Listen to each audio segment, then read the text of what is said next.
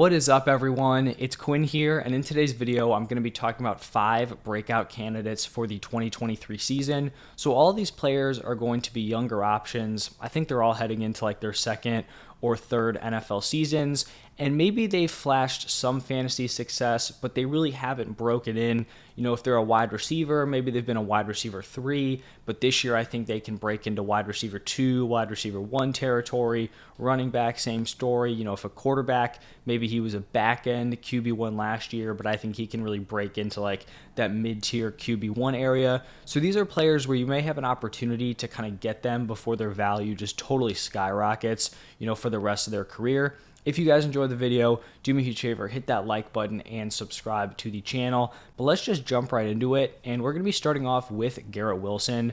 So looking back to last year, he was the wide receiver 30 in points per game as a rookie, and like that's not really a great finish. Mid-tier wide receiver 3 doesn't sound great, but considering the situation, I do think it was a pretty impressive season, especially for someone's rookie year. Wilson was targeted 146 times, which was 6th most in the NFL, averaged 8.6 targets per game, which was in the top 15. So we already saw that he could command targets at a pretty high level. He brought in 83 receptions for 1,103 receiving yards.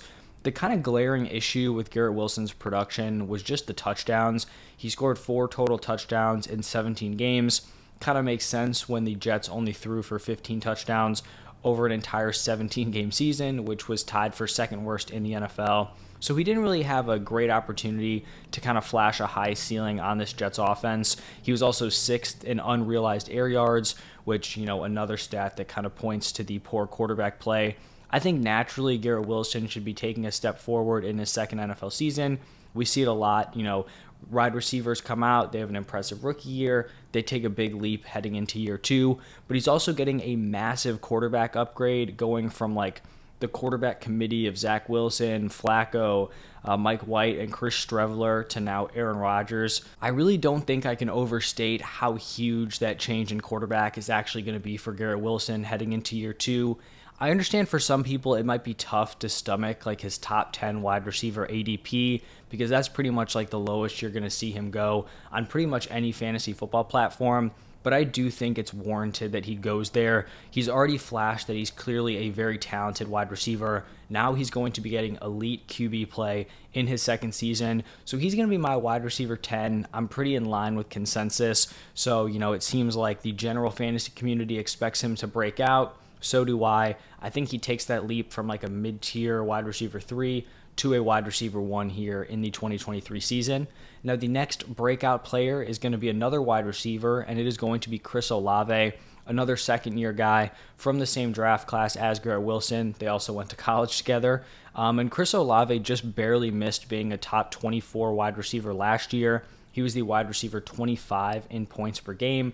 Chris Olave dealt with some similar quarterback issues to Garrett Wilson. I'd say Wilson probably had it worse overall, but you know, neither guy were really in great spots to be stud fantasy wide receivers. But just like Garrett Wilson, Chris Olave also flashed an ability to command targets, arguably at a higher level. Olave was 15th in target share. He had a 29.3% target rate, which was 10th in the NFL. And then probably most impressively, he had a 40.8% air yard share, which was 3rd in the NFL. He was also 4th in deep targets while missing 2 games. So he was able to command targets, and he was able to command deep targets, as you can see with that deep target number, and then also just the air yard share. That is a huge percentage of his team's air yards.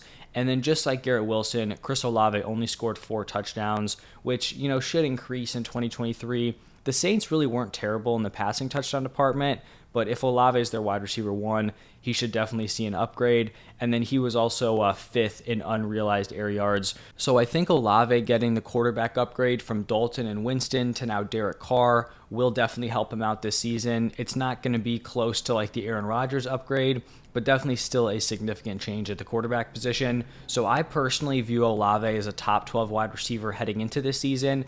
I think his ADP is a little bit all over the place.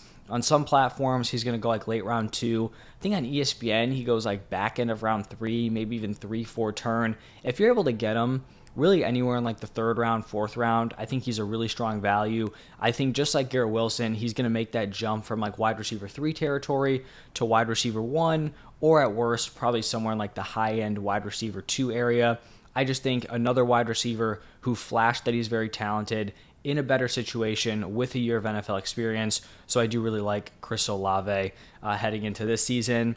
Now we're going to switch up the position and head over to the quarterbacks, and I think this could definitely be a breakout season for Trevor Lawrence. He had a great bounce back season after his very tough rookie year, finished as the quarterback 12 in points per game last year. The two main factors in his improvement were the head coaching change and then the upgrade in weapons. Like, I almost don't even view his true rookie season as like his rookie season. I kind of feel like last year was his real rookie season, just given how big a disaster the Jaguars were in 2021 with Urban Meyer. But I think heading into his actual year 3, another guy who should just naturally improve.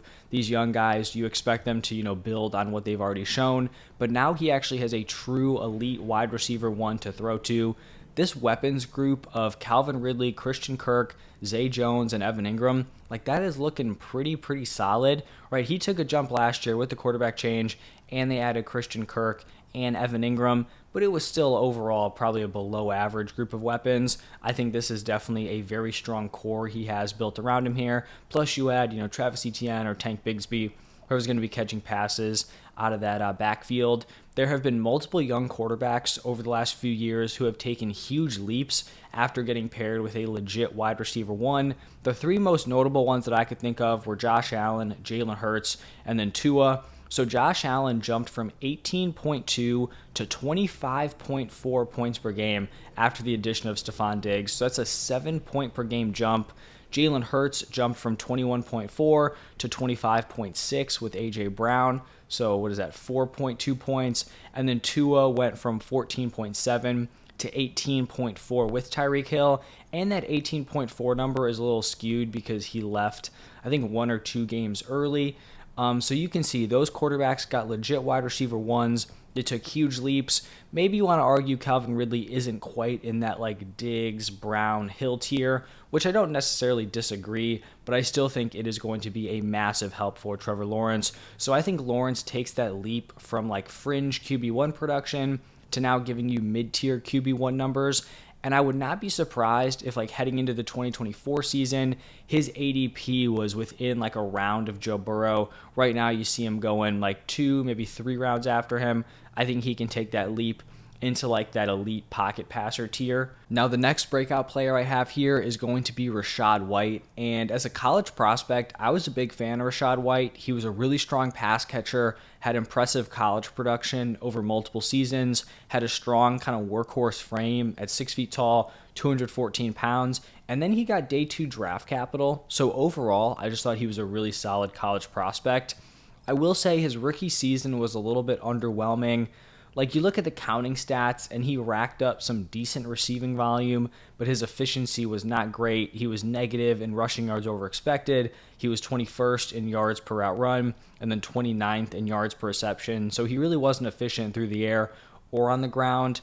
I am kind of willing to give him like a little bit of a mulligan in that rookie season, just because the entire Bucs offense was pretty brutal last year. Byron Leftwich was just not it as the offensive coordinator. And so after that season where he didn't necessarily flash as like, I'm going to be the future running back of this team, I did expect the Buccaneers to add competition, whether it was through the draft or maybe just bring in like a competent veteran in free agency. And they just did not. So it does kind of look like they're going to be invested in Rachaad White for at least another season. I have very little concerns when it comes to guys on this depth chart. Like, the current running back 2, 3, and 4 are Chase Edmonds, Keyshawn Vaughn, and Patrick Laird. At one point in his career, Chase Edmonds was a really, nice running back in the NFL, but it just seems like he fell off a cliff last year. Started off with the Dolphins, completely fell out of their rotation, traded to the Broncos, and then couldn't even work out a role in their backfield. And their backfield was all over the place. Keyshawn Vaughn has just been like a depth option for the Buccaneers over the last few seasons. And then Patrick Laird has pretty much done nothing. I will say they have Sean Tucker as an undrafted free agent, but how weary am I going to be of an undrafted guy compared to a day 2 guy that they seem to like at this point. So behind Rachaad White, this running back room is just pretty much non-existent. It's super weak. So when we're looking at like all the players in his ADP range, I feel like there's a lot of these running backs from like your mid-tier RB2s to your mid-tier RB3s. They're all kind of packed into the same range. And the argument for all these guys is that they can have some sort of 3-down workload, right? Like, not saying it's likely, but that's kind of like the upside you buy into when you draft them. I feel like of those guys, Rachaad White is one of the ones that I think has the best shot of actually being a 3-down back. He has the skill set. We saw it in college, and even last year, even though he wasn't efficient, was still involved as a pass catcher. He has the size. They haven't brought in competition for him, and if he is given a strong workload, I think he'll be a solid breakout option. And not saying it'll last throughout his entire career, but I think at the very least he can be a breakout guy for this season where you're drafting him in redraft. Now, the fifth and final breakout player is going to be a little bit of a deeper dive, and it is going to be Elijah Moore. If you guys were with me heading into last season, I was very high on Elijah Moore heading into the season. And unfortunately, he just completely flopped. He regressed in like every major counting stat from 2021 to 2022, despite playing 5 more games last year. I mean, he really wasn't rosterable throughout the entire season, only averaged 5.5 points per game.